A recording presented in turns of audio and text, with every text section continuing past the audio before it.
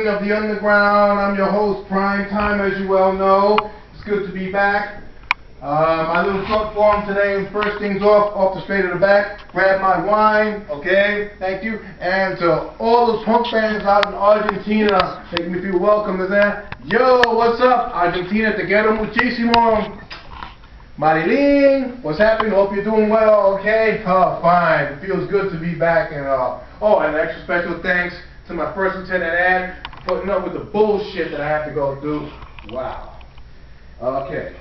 Anyway, on today's forum, okay, try to make it short and sweet. And the forum today is actually a rebuttal of one of my own Facebook posts that I've been posting for the past month, and I'll make it short, and it's like this, okay? It was brought to my attention that certain people were getting booted off of Facebook for their ideals or their expressions or whatever it is they do. And me personally, I thought that this was actually a farce until, for the past 2 months, there are 7 people which I have known of that have actually gotten booted off. So with that in mind, instead of my usual ranting and raising my own jovial self, I'm going to present to you my own open letter to the bigwigs up in Facebook in hopes that maybe this will probably be forwarded to them, which I don't know if it could be possible because obviously they don't feel like answering the damn phones. But anyway, I'll try my best. So I present to you, my people, an open letter to the bigwigs of Facebook. Dear Facebook fascists, not all, but the Facebook fascists, you know, the ones patrolling the internet in search of the bad people, the ones who aren't afraid to say what they say, the ones who aren't afraid to do what they do, express themselves, if you will, upon the internet. You know, it's a mighty evil web we weave, you know. I guess it must feel good there when you're up in your headquarters. After all, Facebook is now a multi-billion corporation. Definitely, we're talking billions. Yes, the creator's a billionaire right now. Who would have thought creating such an entity of communication could actually rake in and rake in the dough? Definitely. Good idea. This wine is for you. Don't get me wrong now. I'm praising you, but at the same time, I'm also a little bit disgusted. Because I often thought that the means of communication shouldn't be restricted by any. Case in point, okay? Within the past 2 months, there are 7 people that I've known of that have been booted off of Facebook for some of their antics, their words, or their beliefs. Okay? And it was also to my belief, or my thought, or my idea, the fact that being that most of the people viewing the actions or thoughts of these people knew what they were waiting for to begin with, it shouldn't have bugged them. But I guess that the Facebook police, if you will, I guess it must have bugged you.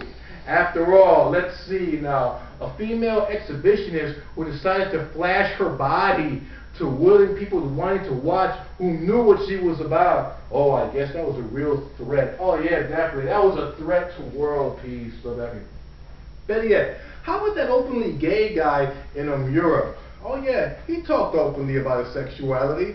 Those of us that knew him, and we thought, okay, he was cool. That was him. Oh, no. You thought he was a bad man. He was a bad man. Yeah, yo, you had to get him off. What about those other rebel rousers whom decided to use the F word once or too many times, or decided to post something that you felt that was inappropriate? Oh, now we're really shitting in our pants now, are we? Of course we're shitting in our pants now. You know why? Because it's been a proven fact. Anything that is different with the moral majority will actually make a normal person just stand up and take notice. You know, I find it kind of ironic that the powers that be at Facebook would take their time out to patrol the internet airwaves, if you will, of scoundrels, the people they consider scoundrels, when actually they can allow people like, what is that group, that little brigade, Christians on Facebook? Oh, you haven't heard of them? Oh, you haven't heard of these Christians on Facebook? Yeah, aren't they the ones that infiltrate your page and ask you inane questions like, are you a Christian? Well, why not? I guess the powers that be in Facebook feel that, oh, okay, nothing wrong with them. They're not creating any harm. a bit fucking annoying, but okay, honest. Well, what about, better yet, what about that little pastor or priest? I forget the guy's name.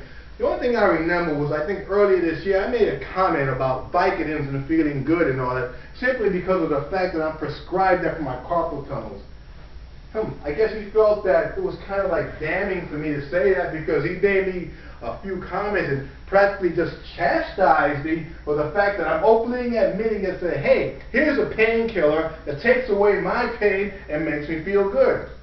Wow. I bet that's a threat to the world too. Militia, I'm trying to tell you this. What I'm trying to get is through this, okay? I really feel for the people who are out and using the internet as a form of communication, because you know what? Whenever you have a communication breakdown, not to quote the Led Zeppelin song though, that's when things just start screwing up badly. You have to maintain a good communication. And when you create something like Facebook, which is meant as an entity for communication, okay, that means everything. What's good for the goose is good for the gander. Now personally, I'll be honest with you, I've had people friend me, see what I'm about, and just get off. In fact, just today I had someone tell me, okay, you know what, nothing personal though, but some of your posting and content is too much for me. And I said, there's no problem with that. There's no problem with that. I mean, after all, especially here in the headquarters, there's one thing that we try to make clear, okay? Over here in the headquarters, we like horror, blood, we love guts, we love our booze, we love our rock and roll, we love sex, we love to have fun. In other words, we like to get driven away from all the crap that's going on in the world. That's all we want, and that's all we need. But apparently, other people who feel the same way have to feel the wrath of the Facebook fascists who come around and say, you can't do that, you can't do that. Well, all I have to say is this. To all you people that have felt the wrath, I sympathize with you. I speak in your defense. If it were possible, personally, I issue a challenge to anybody and the powers that be at Facebook, hey, put up an army, let me put up an army of people, let's have an open debate, a verbal debate. Why do you think that a property or an entity that you created to express communication has to be banned or intervened by the monster called censorship?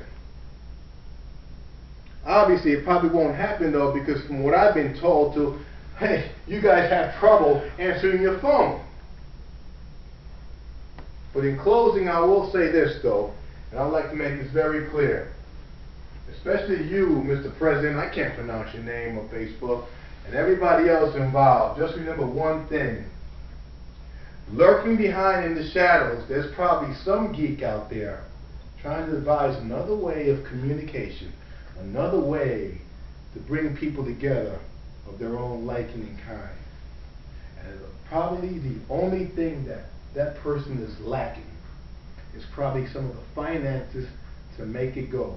And don't think that there's probably nobody out there willing to invest. You keep that in mind. To everybody out there who's been harassed by the Facebook fascists, if there's anything we can do to help to get your name out there, to just verbally bring it out. We support you. We're there for you. Till the next time, this is Prime Time, and it's good to be back. Welcome to the second season, and motherfuckers, you ain't seen shit yet. Goodbye.